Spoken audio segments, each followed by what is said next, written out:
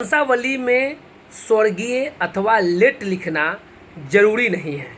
वंशावली में कोई व्यक्ति मृत हो गए हैं तो उनके नाम के पहले स्वर्गीय या लेट लिखना जरूरी नहीं होता है।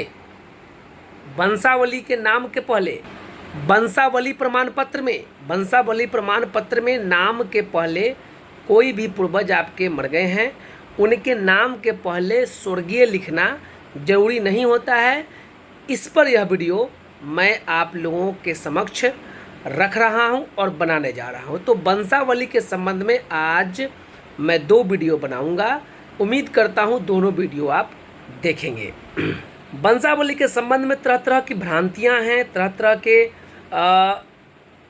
तरह के झूठा अफवाह भी फैलाया जा रहा है, जबकि तरह तरह के यूट्यूब पर लोग बना रहे हैं वीडियो। लेकिन मैं जो बताऊंगा वो वीडियो एक ज़मीनी स्तर का होगा, साधारण होगा, मगर इम्पोर्टेंट होगा और वही होगा जो वास्तव में होता है। कहीं कोई ढकोसला नहीं, कहीं कोई झूठी बातें नहीं। अब मैं कुछ भी कहूँ इससे पहले एक वंशावली मैं दिखाता हूँ, आप लोगों के समक्ष एक वंशावली दिखाता हूँ। ध्यान से देखिए और इस वीडियो को पूरा देखें, तब वंशावली के एक पहलू के बारे में आप कंठस्थ हो जाएंगे। किसी से पूछने की ज़रूरत नहीं है, किसी से राय लेने की ज़रूरत नहीं है और कहीं भी कोई अंधविश्वास में फंसने की ज़रूरत बिल्कुल भी नहीं है। अब इस वीडियो को देखें, ध्यान से देखें। ये वंशावली है, किनका वंशावली है मैं नाम नहीं बताऊंगा क्योंकि किसी का सीक्रेसी भंग करने का हमको अधिकार नहीं है। और ये ज़मीन जो है ये दशरथ सिंह के नाम से है। ज़मीन इनका दशरथ सिंह के नाम से है। ज़मीन का खतियान अथवा केवाला दशरथ सिंह के नाम से है। दशरथ सिंह के 2 बच्चे दीप नारायण सिंह और राधिका सिंह। स्पष्ट दिख रहा है कि दशरथ सिंह के 2 बच्चे, तो वंश दशरथ सिंह मर गए तो इनका वंश आगे बढ़ गया। एक हो गए दीप नारायण सिंह, एक हो गए राधिका सिंह।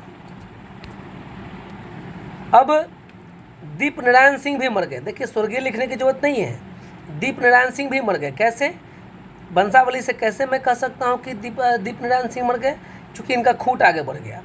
जैसे ही इनका खूंट आगे बढ़ गया इनके 2 बच्चे हुए, एक शिव नारायण सिंह और दूसरा रामश्लोक सिंह। दीप नारायण सिंह के 2 वंशज, 2 पुत्र हुए, एक हुए शिव नारायण सिंह, दूसरा हुआ रामश्लोक सिंह। अब राधिका सिंह पर आइए। राधिका सिंह भी मर गए। इनका एक पुत्र हुए केदार सिंह। चूँकि यहाँ स्वर्गीय अंकित हो गया है, मिस्टेक से हो गया होगा। देखिए और सब किसी में स्वर्गीय नहीं है, लेकिन इसमें स्वर्गीय हो गया है। तो अगर स्वर्गीय लिखा गया है तो फिर ये गलती नहीं माना जाएगा। स्वर्गीय लिखाने के बाद ये गलती नहीं है, ये गलती नहीं माना जाएगा। लेकिन स्वर्गीय नहीं लिखाए तो भी यह स्पष्ट हो जाएगा कि यह वंशावली में कौन जीवित है और कौन अभी मर चुके हैं। तो स्वर्गीय गलत से टाइप हो गया है, स्वर्गीय होता नहीं है, मैं लिखता नहीं हूँ अमूमन। तो राधिका सिंह के एक पुत्र हुए केदार सिंह, और केदार सिंह भी मर गए। कैसे मैं कह सकता हूँ? यहाँ तो स्वर्गीय लिखा हुआ है, लेकिन अगर नहीं भी लिखा हुआ होता तो केदार सिंह मर गए। इनके 2 बच्चे अवधेश सिंह और अनु सिंह। अब देखिए अवधेश सिंह भी जीवित है, अनु सिंह भी जीवित है। कैसे मैं कह सकता हूँ? क्योंकि ये जीवित इसलिए हैं क्योंकि इनके नीचे खूंट नहीं चला। अगर ये मर जाते तो फिर अनु सिंह के वंशज नीचे चले आते, वंशज का नाम नीचे होता। अगर वंशज नहीं है तो अनु सिंह अभी जीवित है। ठीक उसी प्रकार अवधेश सिंह है तो अवधेश सिंह भी अभी जीवित है। क्यों? क्योंकि इसके नीचे वृक्ष नहीं बढ़ा। अगर बढ़ता तो इनका जो भी वंशज होते वो नीचे उनका नाम अंकित हो जाता। तो राधिका सिंह, दशरथ सिंह का एक राधिका सिंह पुत्र हुए। राधिका सिंह मर गए तो उनका एक बेटा केदार सिंह हुआ, और केदार सिंह के 2 बेटे अवधेश सिंह और अनु सिंह दोनों जीवित हैं। अब आइए यहाँ दीप नारायण सिंह के 2 बेटा मैं बता दिया हूँ, शिव नारायण सिंह, रामश्लोक सिंह। अब शिव नारायण सिंह मर गए, इसलिए उनके वंशज का नाम आना जरूरी है। तो देखिए शिव नारायण सिंह के वंशज हुए अमरनाथ सिंह, लोकनाथ सिंह, परसनाथ सिंह, काशीनाथ सिंह। ये हो गए शिव नारायण सिंह के वंशज। अब देखिए रामश्लोक सिंह के वंशज विनोद कुमार सिंह और प्रमोद कुमार सिंह। अब ये जीवित है, अमरनाथ सिंह जीवित है, लोकनाथ सिंह जीवित है, परसनाथ सिंह जीवित है, काशीनाथ सिंह जीवित है। अब ये लोग जीवित हैं, इसलिए इनका नीचे इनका खूंट आगे नहीं बढ़ा, तो यहीं तक रुक गया। वंशावली यहाँ तक रुक गया यानी। और देखिए रामश्लोक सिंह के 2 बेटे विनोद कुमार सिंह, प्रमोद कुमार सिंह। अब रामश्लोक सिंह के 2 बेटे हैं, तो दोनों बेटे का नाम यहाँ अंकित है। अब दोनों जीवित हैं, इसलिए उनके आगे खूंट नहीं बढ़ा। इसलिए अब इस वंशावली को देखकर, इस वंशावली को मैं देखकर मैं कह सकता हूँ कि अमरनाथ सिंह जीवित है, लोकनाथ सिंह जीवित है, परसनाथ सिंह जीवित है, काशीनाथ सिंह जीवित है, विनोद कुमार सिंह जीवित है, प्रमोद कुमार सिंह जीवित है,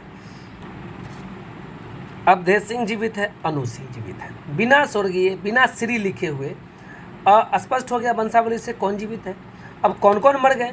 दशरथ सिंह मर गए, दीपनारायण सिंह मर गए, राधिका सिंह मर गए, केदार सिंह मर गए, शिवनारायण सिंह मर गए, रामश्लोक सिंह मर गए। स्पष्ट हो गया, वंशावली से स्पष्ट हो गया कि कौन जीवित है, कौन मर गए हैं। अब मैं इतना मेहनत करके आप लोगों को वंशावली दिखाया और यह समझाने का प्रयास किया कि वंशावली में स्वर्गीय अथवा श्री लिखना जरूरी नहीं होता है। लिखा गया है तो कोई बात नहीं है, लेकिन जरूरी नहीं, नेसेसरी नहीं है। वंशावली को देखकर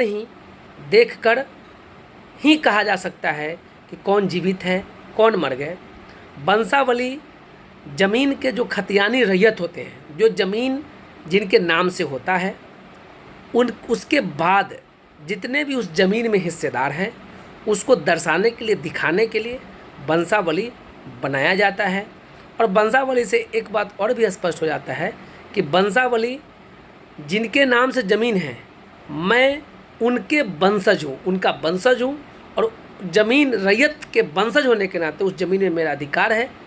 यह बात भी दिखाने के लिए वंशावली बनाया जाता है।